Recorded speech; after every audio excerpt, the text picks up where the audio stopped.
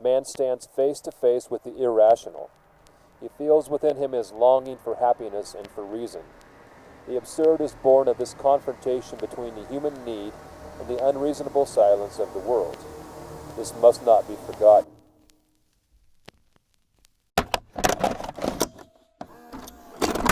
With all that's happening, my anxiety has been flaring up like a fucking forest fire.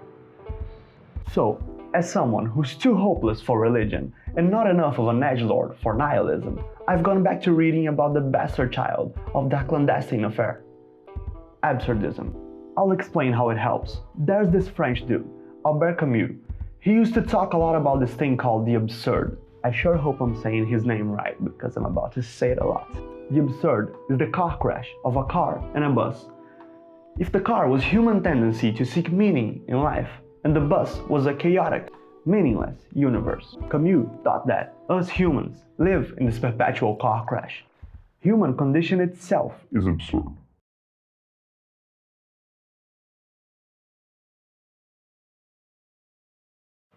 There's this other dude, Greek this time, Sisyphus. There's a myth about him. This one put death in chains. Not in a bondage kind of way, more so that if death is chained, no one dies. Kinda lit, if I do say so myself. Well, death escaped. The gods were pissed, and they killed him. But our boy Sisyphus tricked them and escaped the underworld. And he got caught again. His punishment was to push a rock up a mountain. When he got to the top, the rock would roll back down, and he would push it up again, and again, forever.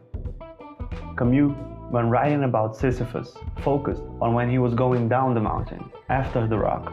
That's when he has time to acknowledge how meaningless his task is, and to recognize that, even so, he will be doing it for eternity. That's when he is free to realize the absurdity of his situation, and to accept it.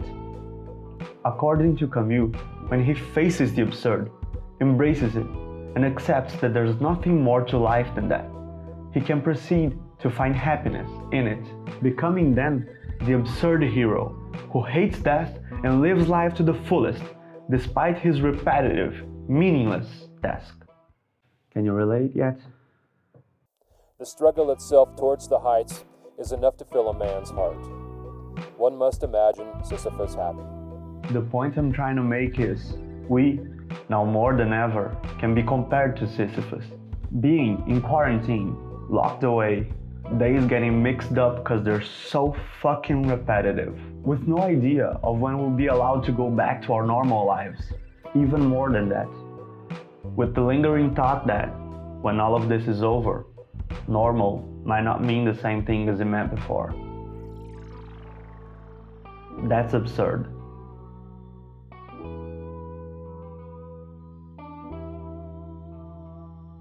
Well, this French bon vivant says you should face it.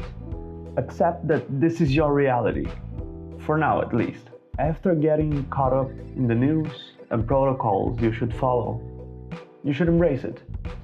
Live in tandem with the absurd.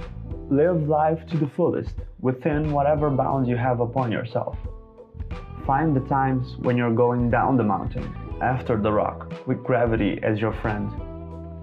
I guess this video was just a very roundabout way of saying, enjoy the little things. A good cup of coffee, a video call with old friends, that dank-ass meme you saw. In those times, you forge meaning in a meaningless universe. You are the absurd hero. There is no longer a single idea explaining everything, but an infinite number of essences giving a meaning to an infinite number of objects. The world comes to a stop, but also lights up.